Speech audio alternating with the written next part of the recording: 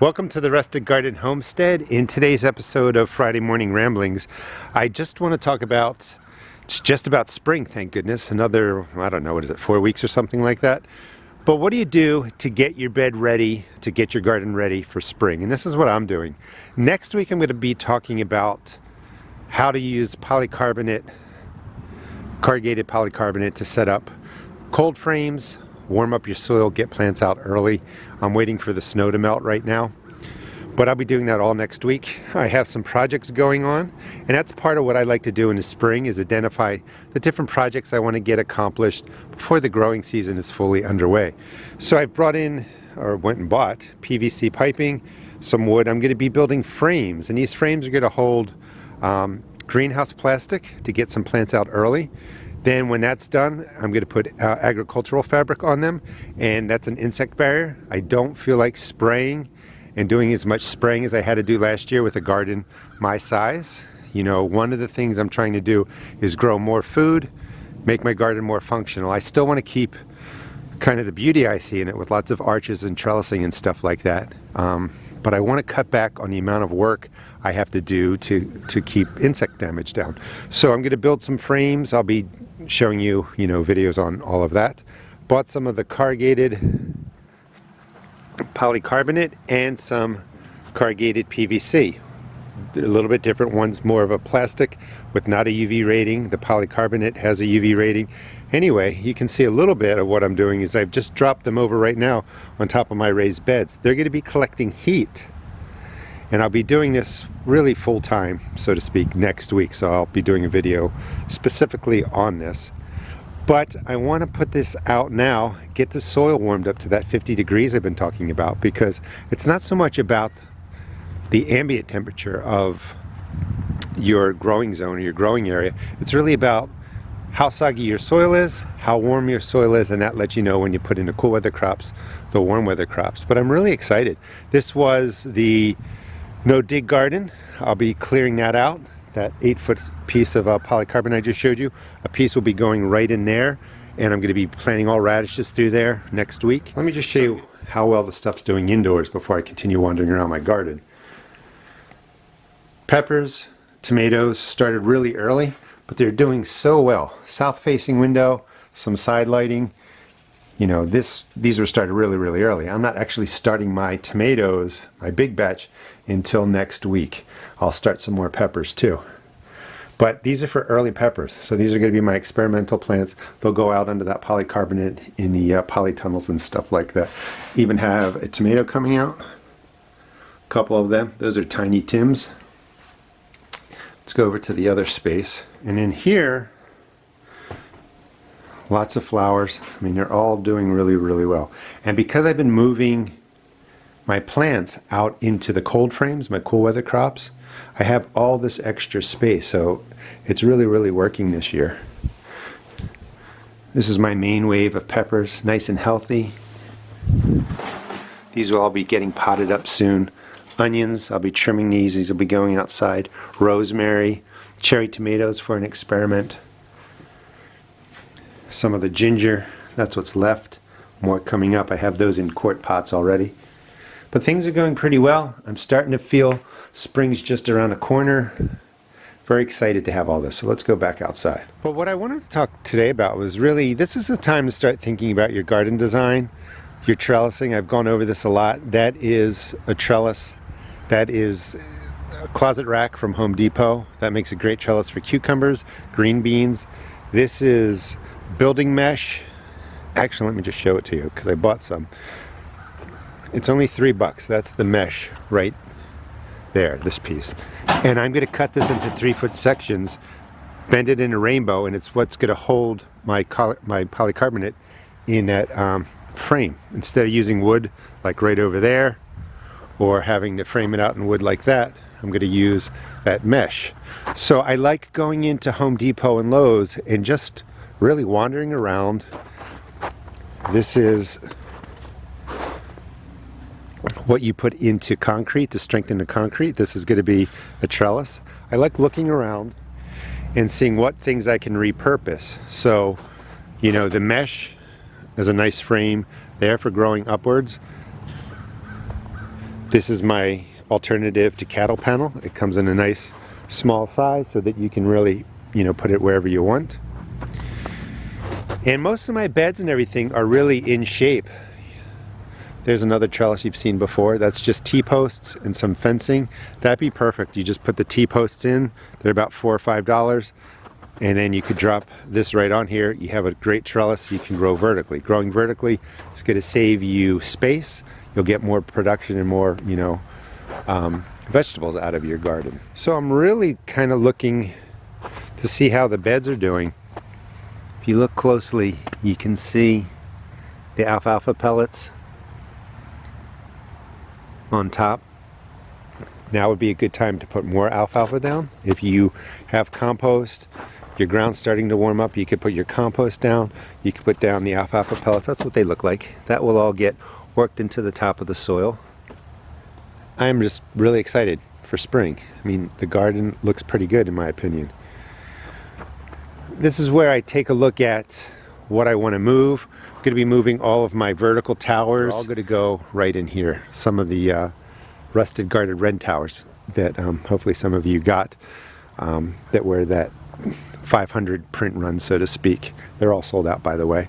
But this is going to be all the new red vertical towers, and I'm going to concentrate everything that is like in one area. So containers over here, cold frames over here. This way, when I'm doing stuff in the towers, in the containers, I don't have to keep dragging a hose all over the place. So one of the things you want to look at with your design is trying to figure out how to simplify your workload. Watering, feeding, spraying. I wasn't crazy about building frames here and using agricultural fabric because I don't like the way it looks, but I'm making the jump more to production and just being sensible. So I'm going to be using the ag fabric instead of having to spray regularly. And I want to cut out some of that work in some capacity. It's 4 o'clock on Saturday. It's 50 degrees out, starting to get spring fever. Some of the projects, I'll be looking at my blackberries, and the plants that are nice and green are the new canes that will produce fruit. The canes that are brown and old, like this one, will have to be cut out. So I'll be going through the different canes, removing the ones that are already spent, and then looking forward to all the blackberries. I have a new I guess species of bird that comes in here now, and they started eating all of my blueberries. The blueberry plants are doing really well, so I'll be building a frame around here, leaving the bird mesh off until those green blueberries start turning blue, and then I'll cover them up. If not, I'm going to lose them all. But this is the 3rd year for these plants. They are nice and big, so I have to be thinking protection. Just a word too on protection. With the cicadas coming, I have a lot of young fruit trees, so I did buy basically agricultural fabric that will go over them. They're like 5 feet by 5 feet, 6 feet by 6 feet, because the cicadas, let's just say this was a young fruit tree or something like that, the cicadas, the females land on the twig or the branch, and then they scratch into the bark, they lay the eggs, and that will cause it to split. If your fruit tree gets a lot of damage, it can kill it off. So you do want to cover it if you're going to have cicadas all over the place. And in Maryland, we're supposed to get a ridiculous amount. So I had to buy 16 insect bags basically to go over all of my fruit trees. So I'll be doing that too. The blueberries are just doing really well. So I'm excited. Everything seems to be in place. I'm going to be moving. Well, I'm going to be changing up. This is my hops plants, 3 of them, that were growing all along here. I just don't like the way that looks. So I bought 25-foot telescoping poles. So they're going to go right in here. And I'm going to grow the hops 25 feet tall. And I'm going to keep the fencing open, put some more raised beds or something in there. So I'm going to really maximize the growing space in this garden. And I encourage you to go and start thinking about changes you want to make. This period for us, from like end of February to middle of March, maybe I'll plant some potatoes, maybe some peas, but most of the stuff has to be managed in a different way. Here's the cold frame. Things are doing pretty good in there. These are all my cool weather crops, different kales, cabbages, broccoli, onions. I got them started indoors, brought them right out here. Saves me space inside, and I'm just gonna let them do their thing. They'll be ready to go when the soil temperature is right. In here, I have Blazing Star. So I went and bought a bunch of flower bulbs, put them in these half-gallon pots, letting them do their thing inside this cold frame, and I will have all kinds of perennial flowers to grow. These are the daisies I was growing inside. Most of them look pretty good. Some of them got a little damaged by the frost, but they're in quart root pouches. They will just stay in here. So I'm in the process of taking stuff out of my office, which is right up there. Anything that's cool weather, can take a frost, is all going to be coming out here. I don't have a lot of redesign that I need to do. So what I'm going to really concentrate on is filling up my beds with the compost I've been making, taking care of them, mulching in between here, and then really just trying to figure out how I can maximize the space and rotate in seasonal crops, cool weather, warm weather, cool weather, and just produce a ton of food this year. At the same time, I love coming out here and using the trellises and kind of making this kind of, you know, the place where I sculpt in the earth. But I want to balance that with quality food production and less spraying and less really maintenance. So that'll be a little bit of a struggle, but I'll try and figure it out. Let's go over here. Like for instance, this is a currant plant. I don't know why I planted it right in the middle of the path, but these are going to get moved. I bought more currants, so this will go in a specific area. Bought more blackberries. If you're going to buy blackberry plants, I recommend getting the thornless blackberries, and you want to get varieties that are erect varieties, which means that they just tend to clump into space. They get massive, they produce a lot, but they don't send runners everywhere. So they're really, really great plants to grow in your garden because they're productive and they don't take over the garden. Like you have to watch raspberries. If you plant the wrong variety of raspberry, it's just going to spread everywhere. They have thorns on them. It's trouble. Those are my muscadines. New trellis right in there. They're going to be growing over that. They're kind of like a grape. I'll just give you a shot over there because it's too much snow in there. But that's my other garden. That is going to be, maybe I'm going to be turning that into some sort of pumpkin patch or melon patch or something like that. I love the way it looks, but again, I personally don't want to be repeating the same thing, you know, tomato, cucumber, beans, peppers, and then I come over here, same thing, you know, tomatoes, peppers, cucumbers, beans, or whatever. So I want to use this space differently. Let's walk over to the compost area, and I want to show you where I'm growing mushrooms, because that's something you can add if you've never thought about it, especially the wine-capped mushrooms and the oyster mushrooms. They're not too difficult to grow. I'll be doing a whole series here with my brother, actually. He'll be doing in New York. He's in New York, I'm in Maryland, and we're going to be growing a whole garden in this too. So even though I'm trying to make my garden more productive for me, for the videos and for teaching, I will have different zones or sort of different rooms in my garden broken down so that maybe this is what you want to focus on because this is what you have space-wise, and you can, you know, grow something like this in your house. Just buzzing through here.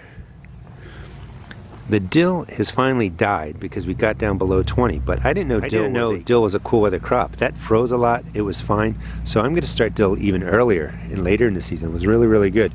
I think those are Brussels sprouts, they don't look so good. Sage is a perennial. Oregano in there, that's all gonna come back. Kale, and this is Mizuna mustard greens. Mustard greens can take a frost too. They're beat up, but these are gonna come back. You can see actually they're starting to flower. So anything that has survived one full year, the Mizuna, the kale, that's all gonna bloom, bud. You can eat those blooms and buds, but you're gonna have to remove them if you want leafy green production.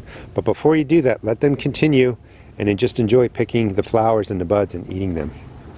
So right in this space, I am growing my mushroom garden. That's just sawdust in that root pouch fabric pot. That's been seeded with pink oyster mushrooms, same as the bales of straw. And then in here I have wine cap mushrooms. And the whole thing about mushrooms is they can actually freeze. The mycelium does perfectly fine. You just have to have it in a place where your mushroom area stays moist. So one of the redesigns I have to do is I have to put some holes in this. They do need shade, but not a lot of water is falling right down in there. So one of the redesigns, putting holes in there. But this is set up all for mushrooms. And this may be something, if you have a shady area, you could go ahead, grow wine caps, different color oyster mushrooms, plain white, pink, and oh, look at this. Mushrooms. So I know that this is going to be a success. That is pretty cool. So as soon as I think it warms up a little bit, this should just explode with mushrooms. That was really cool. I didn't know that was even there. Another area, this is where I'm going to be growing my ginger. Ginger does like a little bit of shade. It doesn't like being pounded. So all the ginger I've been growing is going to go into this area. So, you know, pretty much I'm just wandering around out in the garden. I am so happy to be out. Here's a new space that I cleared out. I may put some sort of structure in there. Don't know what it's going to be. I've been thinking about getting a greenhouse, but I'm really working at Freetown Farm, volunteering there, and I'm on the board. And I'm growing a lot of plants in their greenhouse, so I don't really need one yet, and I can't figure out what kind of greenhouse I want. But maybe we'll end it here, because I'm kind of deconstructing the principles behind a greenhouse and using the polycarbonate just like that. Close the end off with some foam board on the ends. That keeps the warmth in there, and that's really prepping these beds for early planting, especially for seeds and stuff like that. So I encourage you, I'll be actually taking that off too. That is a black mission fig. The Chicago figs survive in my area, but some fig varieties don't take our frost well, our freezing winters well. So I had to cover it up, but I'm looking forward to getting figs this year of a different variety. So now is a great time to go out into your garden, think about what you want to move around, move the stuff around, dig up beds that maybe you were dreading digging up but maybe didn't produce well. Do all the work now while it's a little bit cooler. You're probably going a little stir crazy, you want to get outside. Design it how you want, and really in the next 2 weeks to 4 weeks you'll see me out here planting. Hope you enjoyed the video. Gives you some inspiration just to go out and start moving stuff around. Get your beds ready, get your garden ready, make it how you want it to be. You know, all the things that you've been thinking about over the winter. Go ahead and transform your garden. It's your space. Make it into what you want. Thanks so much for watching, and please check out my seed shop at therustedgarden.com.